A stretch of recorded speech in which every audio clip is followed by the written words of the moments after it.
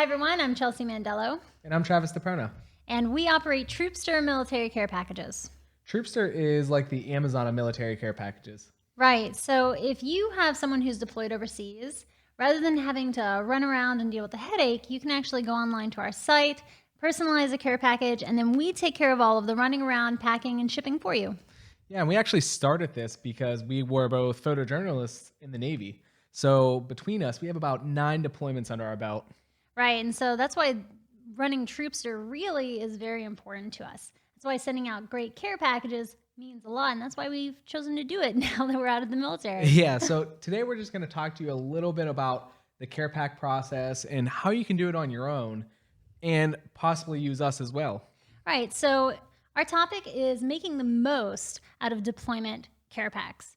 So where should we start on this conversation? I mean, the first thing I think of when making a care pack is what goes in the pack. So whenever you're thinking of that, what are the top maybe 5 categories you would start putting in the packs? Yeah, so the top 5 things that we usually see are caffeine products, protein products, hygiene, sweets are usually in Yeah. there, and then anything sentimental.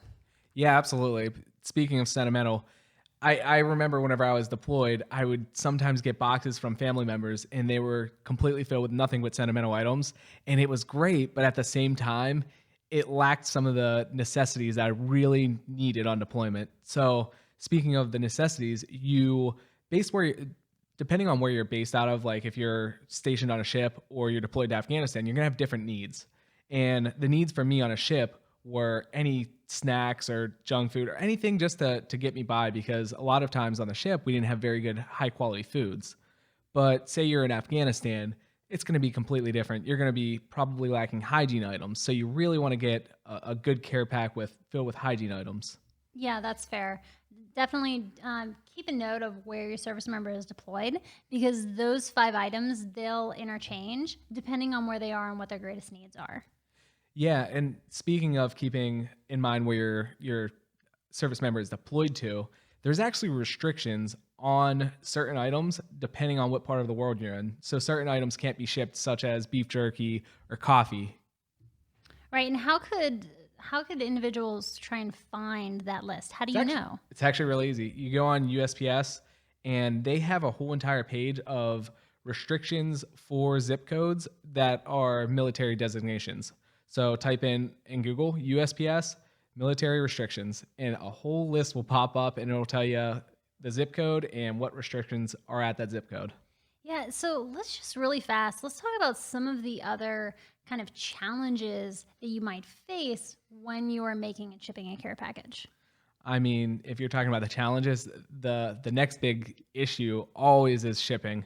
The address is usually difficult because it doesn't look like a normal US address. It has like your service members are going to give you a post-it note with a bunch of random letters and numbers. That's what it's going to look like to you. So determining what those are and putting them in the right location on the address is very important. So to do that, you can also, USPS has a great resource where you can type in USPS into Google, USPS, how to fill out military address. And they'll give you examples on where each of those lines go and what they mean. Right, and we also have a similar resource. We have created a video, a how-to video on the Troopster website. And so when you go to the main page on Troopster, we actually have a link for how to fill out the military addresses, which will walk you through the entire thing. Because even if you're not sending a care package through us, you can always reach out to us Absolutely. and ask, how do I send this out? How do I fill this out? In fact, I think you recently had a call like that. Literally yesterday, I was talking to not a customer, just a person who wanted to send a care pack, and he was confused on how to fill out the address and what steps are. And something I forgot to mention is you have to fill out a customs form, and that's very important. So the reason why I keep bringing up USPS is because they are the only ones that can ship Right. to US military bases. So everything you ship through is USPS. So you're going to go on USPS and they actually have an online only customs form, which is different than previous years because you used to be able to go into a USPS and get a form there and fill it all out and do all that. But now you have to go online, do it before you go to the post office. You know, and the customs form is always challenging in general because I remember going through a line, getting up to the front desk, and it was wrong. And so I had to get out of line and redo it. But now for the online thing, I can see other problems with that. For, let's say, someone like my family. My family is from rural Kentucky, and my mom, you know this, she doesn't really have a printer. She doesn't have Wi-Fi because where she lives, if you want Wi-Fi, it's satellite only. So for that, she would have to go to Probably like go a to a library. library. Yeah. Yeah. So I don't really know a way around getting around the custom form. If you don't have a printer, you have to figure out a way to get a printer or use a service like Troopster or something like that, because you have to have a customs form. Your package will be returned if you don't have that customs form. Right. And I think especially with the customs forms, that was one of our big drivers for starting Troopster, was we completely take that off your plate. So if you do send a care package through Troopster, you will never have to fill out a customs form. We literally do all of that for you because it should be easy. You should be able to send a great care pack to someone who's deployed. So speaking of sending care packs and shipping, one of the biggest pain points we see every single day is shipping delays, especially because of COVID. So COVID has really changed the landscape of shipping and timelines. So right now we're seeing delays and returns in higher numbers than we've seen in the past 5 years. Right. What would you say is a normal timeline for a package? So normally when outside of COVID, we're seeing anything between 2 weeks up to 3 months. And so that's a normal shipping timeline. But that's because you have to consider where these care packages are going. They're not going to areas that are safe like the United States. Oftentimes they might be going to a location where the unit has to coordinate with the mail service because they have to take routes that are safe. They have to, for us in the Navy, they had to actually coordinate where they could go that was outside of pirate operations, that would be away from potential threats. Yeah, and it's interesting because whenever you're talking about, say, a ship, for instance, that's usually you're going to see the biggest delay if you're sending to a ship, because ships actually have to schedule a pickup with either a helicopter or another ship to get it out to the middle of the ocean. So they have to do what they call an unrep, which is an underway replenishment. Right. And that's how they get the care packs onto the ship. But you have to realize that the care packs aren't the military's priority. It's always mission first. Mm-hmm. So they're delivering all of the mission essential items, whether that be food or equipment or anything like that, before they get to the care packs. And if they don't have enough time or space, they just won't bring those care packs. So they could be sitting in a warehouse for months, and there's nothing anybody can do about that. So you just have to be really cognizant of shipping timelines and where your care package is. You can't really worry about it. You can't fret about the time. Yeah, that does suck. It does. Like, it really does. I really am waiting for the day to which, no, I know what you're going to say. I really want a Troopster drone. Like, I really want that. I don't know, like, how it's going to work or how much it's going to cost, but I want to do it. Dial it back, Elon Musk. I really want that. Yeah, so I think frequency of your shipments is also very important, because the care pack takes so long. You could send one pack out today and one pack out tomorrow, and that first pack could get there in 2 weeks, but the second pack that you send out the very next day might take 4 months. Right. So this is definitely part of my list for how to make the most out of deployment packs. And the number one item is planning. You really want to create a schedule, plan it out, and schedule these care packages to go out on a very frequent basis, just because a lot of them will get delayed. They will face that timeline issue. Yeah, absolutely. So now that we're on away from all the scary right, stuff now and that all we've the terrified issues, you. yeah, all the issues of sending a care pack. Care packs can be a lot of fun. Absolutely. You can do so many things. You can be very creative with the boxes. You can get your whole family involved. You can get the kids involved. If you don't have kids, maybe the service member has a niece or nephew. You can have them get involved, color on the boxes, include pictures, all that stuff. Oh yeah, definitely turn it into a family fun event. And that's something that we especially still do, even though we're a business. We actually open this up to the community. And so we've talked a lot about having a storefront where families can come in and they can create that even more personalized packs. I love that. I know. I really want to get a storefront. I think that'd be cool. I know. So what do you think is the most important sentimental item?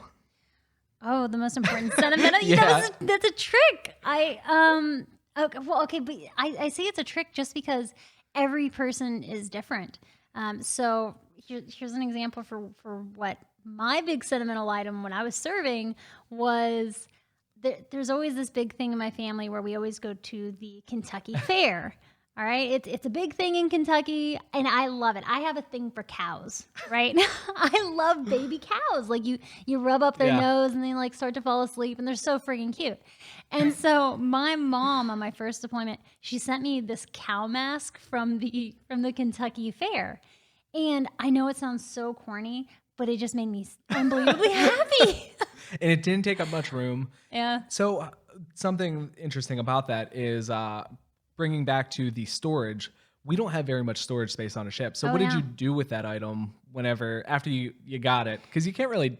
Right. Yeah, you don't have a lot of room in your rack. And so usually people are storing stuff in their office. Yeah, and that's if you have an office. Right, that's if you have an office.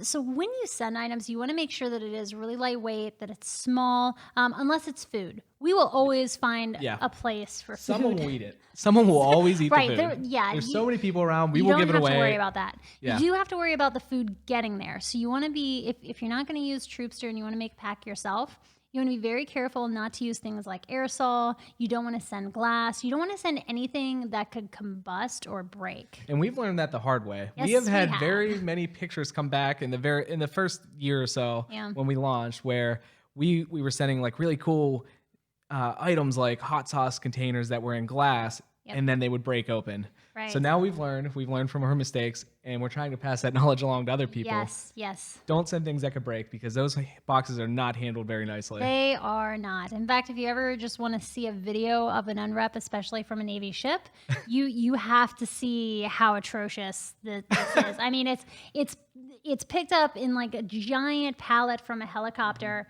Flown over. They don't even gently land. Yeah, they don't have time. They're trying to do everything very quickly. Right. So they drop it, and I want to say it could be 5 feet. No. Oh, I've never seen it. I've seen them. Really high. Like, I've never seen that. But. Oh, that's right. But you were on a nicer ship. Yeah, our ship was a little bigger than the ships you were on. Right. Yeah, I've been on 9 different ships. So they do not all get the same treatment. I think that the higher ranking ships get better treatment than the other ones. But that brings me to my sentimental item. My favorite item that I ever got was actually a flash drive. So I had a computer. Most people have computers, like a laptop or something, their own personal laptop.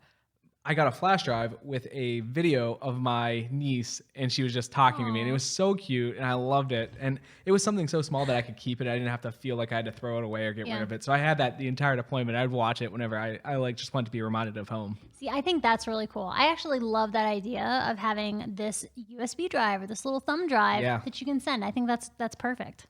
And for you service members out there, you probably already know this, but do not plug it into a government computer. Oh, don't do that. Don't do it. Oh my gosh, they will flag you so fast. They'll flag your account and you'll get locked out. Yeah. Made that mistake my first year Absolutely. So let's see, our big items, making sure to get the right items, making sure to pull the family in, make it a fun time, decorate, use those sentimental items, but then preparing, schedule it out. And then I would say one of the big things is using your resources. So if you get caught up on the customs form or filling out the address, do not let that get you bogged down. There are so many resources. You can call Travis or I at Troopster, and we will help you out. We have a chat feature. You can go and chat with us. Absolutely. We are 100% veteran owned. We have military spouses as well who pack boxes, and so we love sending care packs. You just want to get as many care packs in the hands of service members as possible. That's our entire mission. Absolutely. So if you guys want to send a care pack and you need help with it, reach out. Yep. Don't be afraid to reach out to us. Even if you're not using our service, reach out. We're happy to help. Not at all. And we're not salesy. If you call, we're not going to then bombard you with stuff. I promise we won't do that. We genuinely just want to help. Right. We hate those kind of calls ourselves. Yeah. So I think that about covers care packs. Yeah. Do you have anything else? No, I think that is our big tips as far as how to make the most out of your deployment care packs. If you have any other questions for us and you would like to reach out, feel free to go to troopster.org, and we are happy to talk to you anytime, day or night. So we'll see you later. Take care.